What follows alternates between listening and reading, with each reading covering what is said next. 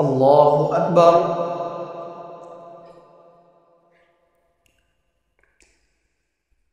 الحمد لله رب العالمين الرحمن الرحيم مالك يوم الدين إياك نعبد وإياك نستعين اهدنا الصراط المستقيم صراط الذين أنعمت عليهم غير المغضوب عليهم ولا الضالين.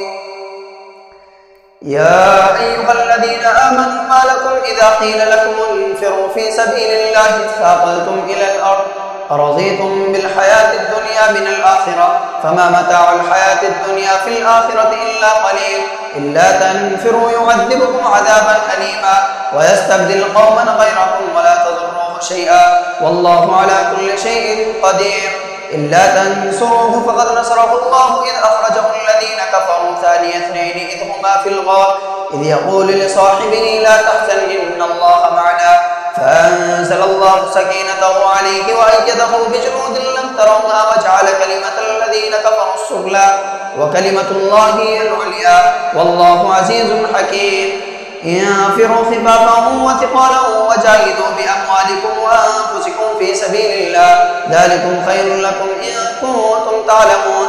لو كان عرضا قريبا وسفرا قاصدا لاتبعوك ولكن بعدت عليهم الشقة وسيحلفون بالله لئن استطعنا لخرجنا معكم يهلكون أنفسهم والله يعلم إنهم لكاذبون. عفى الله عنك لما أذنت لهم حتى يتبين لك الذين صدقوا وتعلم الكاذبين. لا يستأذنك الذين يؤمنون بالله واليوم الآخر أن يجاهدوا بأموالهم وأنفسهم والله عليم بالمتقين. إنما يستأذنك الذين لا يؤمنون بالله واليوم الآخر وارتابت قلوبهم فهم في ريبهم يترددون. ولو أرادوا الخروج لأعدوا له عدة ولكن كره الله بعثهم فثبتهم وقيل اقعدوا مع القاعدين. لو خرجوا فيكم ما زادوكم إلا قبالهم ولأوضعوا خلالكم يبغونكم الفتنة وفيكم سماعون لهم والله عليم بالظالمين. لقد ابتغوا الفتنة من قبل وقلبوا لك الأمور حتى جاء الحق وظهر أمر الله وهم كارهون. ومنهم من يقول ائذن لي ولا تفتني ألا في الفتنة سقطوا وإن جهنم لمحيطة بالكافرين.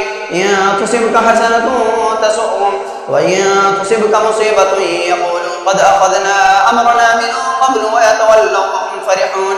قل لن يصيبنا إلا ما كتب الله لنا هو مولانا وعلى الله فليتوكل المؤمنون.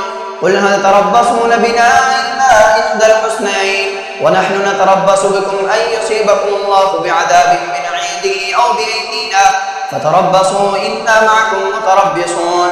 قل أنفقوا طوعا أو كرها لن يتقبل منكم إنكم كنتم قوما فاسقين.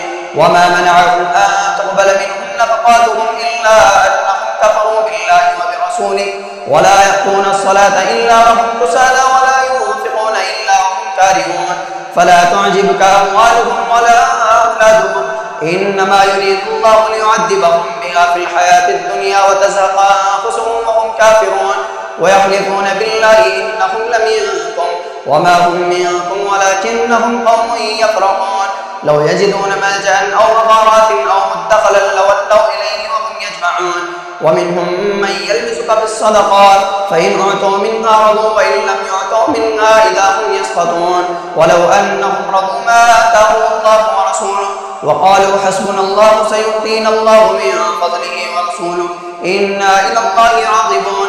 إنما الصدقات للفقراء والمساكين والعاملين عليها والمؤلفة قلوبهم وفي الرقاب والغارمين وفي سبيل الله وابن السبيل فريضة من الله والله عليم حكيم. ومنهم الذين يؤذون النبي ويقولون هو أذن قل أذن خير لكم يؤمن بالله ويؤمن للمؤمنين ورحمة للذين آمنوا منكم والذين يؤذون رسول الله لهم عذاب أليم. يحلفون بالله لكم ليرضوكم والله ورسوله أحق أن يرضوه إن كانوا مؤمنين. ألم يعلموا أنه من يحادد الله ورسوله فأن له نار جهنم خالدا فيها ذلك الخزي العظيم.